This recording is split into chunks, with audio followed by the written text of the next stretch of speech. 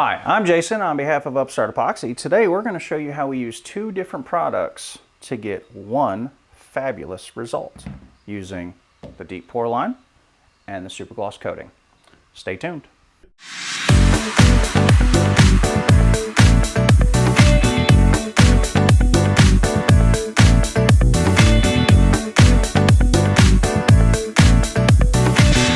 Hi, I'm Jason, and on behalf of Upstart Epoxy, we are going to do a new project today. Today, we are going to take this CNC carved Art Deco piece. We're going to take their new Deep Pour Resin and fill the negative space. Today, we chose a super inky black liquid dye and a light magic-ish blue, cobalt blue pigment as an accent, so that when you look at it from certain angles, it'll shimmer. Now, what we did was we sealed the ends with some sheathing tape because that is the grain orientation.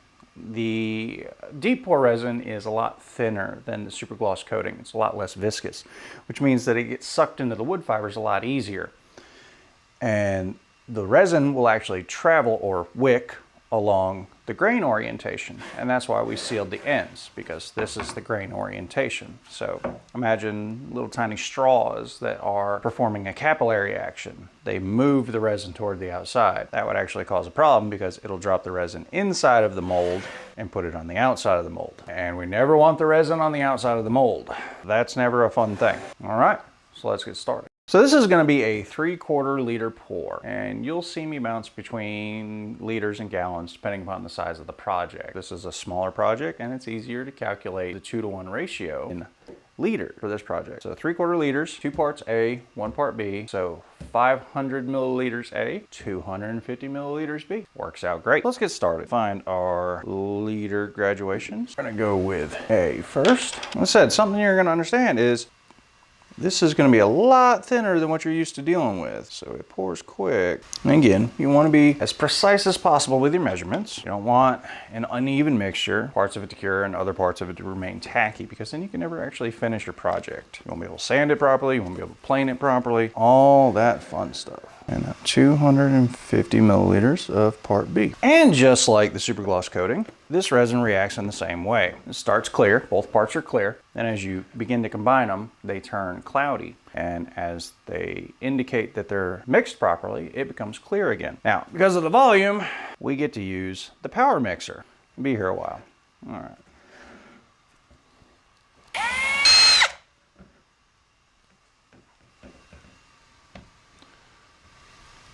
Now that we're mixed, we get to do the fun part. We get to add the color. So for this one, we chose an inky black, nice matte black, no shimmer to it.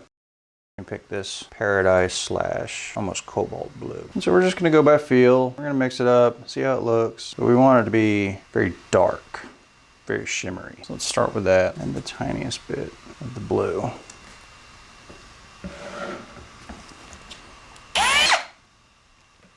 Now I noticed while we're mixing it up that I'm not getting quite the shimmer that I wanted, so we didn't add enough of the blue. So we're gonna go back in and bump up its saturation.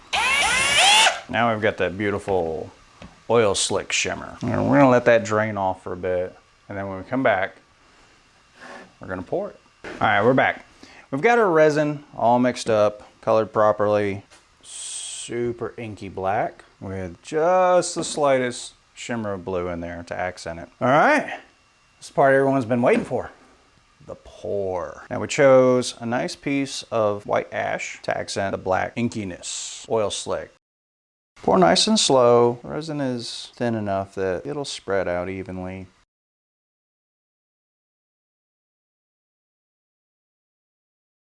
Absolutely beautiful. The contrast in the resin and the wood is simply astounding. Now when the project is complete, we're going to sand it smooth so that all the edges are flush, then we're going to finish it. And to finish it, we're actually going to use the Upstart Epoxy SuperGloss resin over the top. And that's going to bring out this beautiful shine to accent contrast between the ash and inky resin. All right, so we're back in the shop. It's been a couple days and our little Art Deco inky black piece is cured. So now the idea is we are going to either run it through our planer, our drum sander, or put it on our CNC and get it slabbed nice and even. After that, when we see what it looks like when all the surfaces are nice and flush, we can decide if we're going to either gloss coat it or we are going to use some other type of finish. We haven't figured that part out yet. We want to see what it looks like before we decide what steps we're going to take. For something like this though, I honestly think gloss coating is going to be the way to go, because you really want to kind of bring out the highlights between the wood grain and just that really deep inky black. And hopefully it should bring out some of the blue that we added in. And up close, I can barely make it out. So hopefully it'll be revealed when we bring the level down. So let's get this cleaned up, see what it looks like, and see how we're gonna finish it. All right, and we're back. So what we have done is we've taken our inky black Art Deco piece, slabbed it up, leveled it off, cut the edges down, got all this nice exposed edge. And so it's basically just a nice, gonna be a little wall piece or serving tray or something like that. But this was done with the Upstart Epoxy Deep Pour system.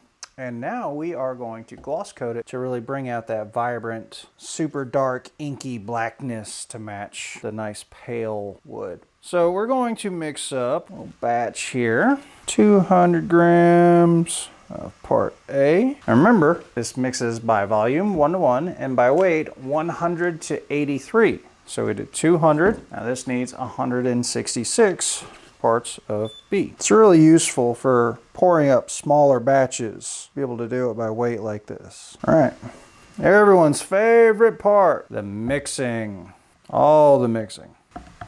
Remember, starts off clear, turns milky, cloudy, and it starts to clear up again to indicate that it's been thoroughly mixed. Scrape the bottom, scrape the edges, and as usual with the SuperGloss coating, we're going to be doing a 2-vessel pour. It's hard to do that without your second vessel.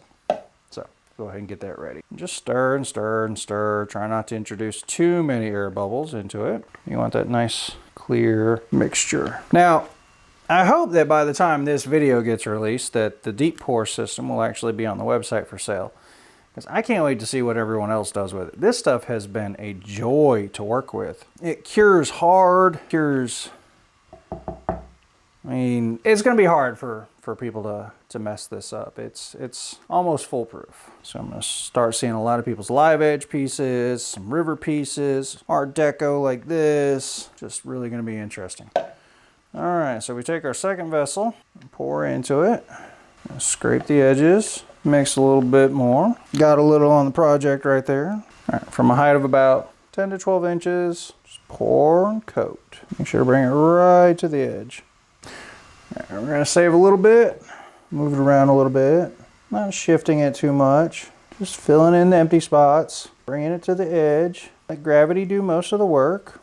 All right, take a little bit and start to brush our edges. All right.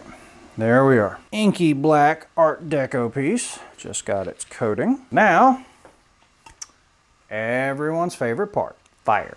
Never spend too much time in one spot if you're using heat. Heat accelerates the curing. We don't want to do that. We just want to get some of those bubbles out of here.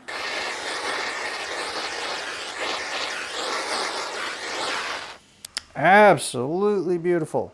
That glossed up very nicely. Now we're going to keep an eye on this for the next 30 or 40 minutes or so, just to make sure. We're going to let this cure overnight, and then in the morning when we come back, we'll show you how it turned out. We'll see you in a bit. All right, we are back. This has been left to cure overnight, and it turned out beautifully. Super glossy, super inky, and if you get up close, you get a little bit of that blue shimmer, just the tiniest bit. You can get a little bit of the refraction. So we've still got to clean up the underside like normal with any drip over project, but other than that, it is a success. This is probably going to be a nice little wall piece. It's a little small for a serving tray, but you know, if that's what somebody wants, then that's what somebody gets. But I'm thinking wall piece. That's just me. All right, so 2 products, 1 project, great results. The black was mixed with the Upstart Epoxy Deep Pour line that is coming out and or is already out, depending on when this video is released. And the coating is done with a SuperGloss coating, the same coating that we've been getting great results with in all these videos. Absolutely flawless. I'm Jason, and on behalf of everyone at Upstart Epoxy, we always thank you for joining us on these video journeys where we explore the different usages for our epoxy products that we have come out with and are continuing to come out with. We love hearing everyone's comments and suggestions, things that they like to see or projects that they like to do. There's so many varied usages for these epoxy products that I won't be able to get to them all. So I actually take a lot of inspiration from other woodworkers. I take my ideas from some of the projects they've done, and I know a couple that take ideas from projects that I've done. So it's all about what you want to create, and we're here to support you to make sure that your next project turns out beautifully. Have a great day.